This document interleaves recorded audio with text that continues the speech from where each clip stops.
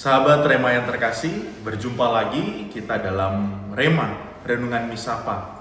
Hari ini, hari Rabu 12 November 2025.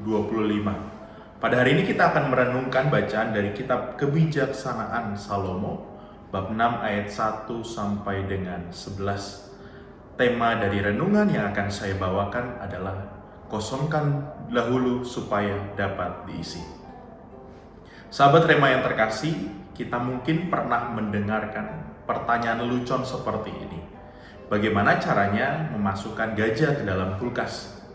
Caranya adalah buka pintu kulkasnya, masukkan gajahnya, lalu tutup kulkasnya.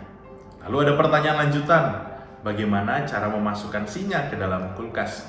Caranya adalah buka pintu kulkas, keluarkan gajahnya, masukkan singa, lalu tutup pintu kulkas. Lelucon di atas sebenarnya ingin saya sampaikan untuk merenungkan bacaan dari kitab kebijaksanaan. Penulis kitab kebijaksanaan mengajak kita untuk merenungkan bahwa Tuhan memberikan kekuasaan kepada seorang pemimpin. Seorang pemimpin oleh karena itu harus berani untuk mendengarkan mereka yang ia pimpin.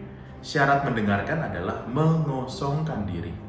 Kalau kita memiliki pikiran-pikiran, memiliki sesuatu yang ada di dalam diri kita, kita pasti kurang bisa mendengarkan.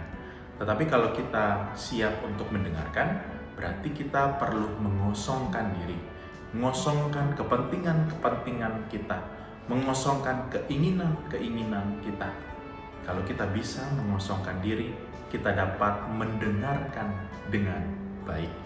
Dan ini rupanya menjadi syarat untuk menjadi seorang pemimpin dalam kitab kebijaksanaan. Bagaimana seorang pemimpin perlu mendengarkan orang-orang yang ia dipimpin, agar ia dapat menjadi pemimpin yang bijaksana.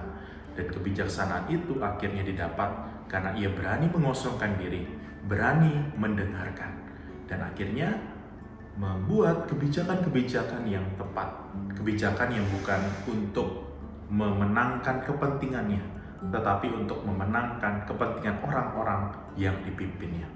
Oleh karena itu, sahabat Rema yang terkasih, marilah kita bersama-sama, kita yang memiliki tanggung jawab, kita memiliki orang-orang yang kita pimpin, semoga kita berani mendengarkan. Dan syarat mendengarkan adalah berani mengosongkan diri, supaya diri kita punya tempat untuk diisi. Semoga Tuhan memberkati saudara-saudari semua dalam nama Bapa dan Putra dan Roh Kudus. Amin.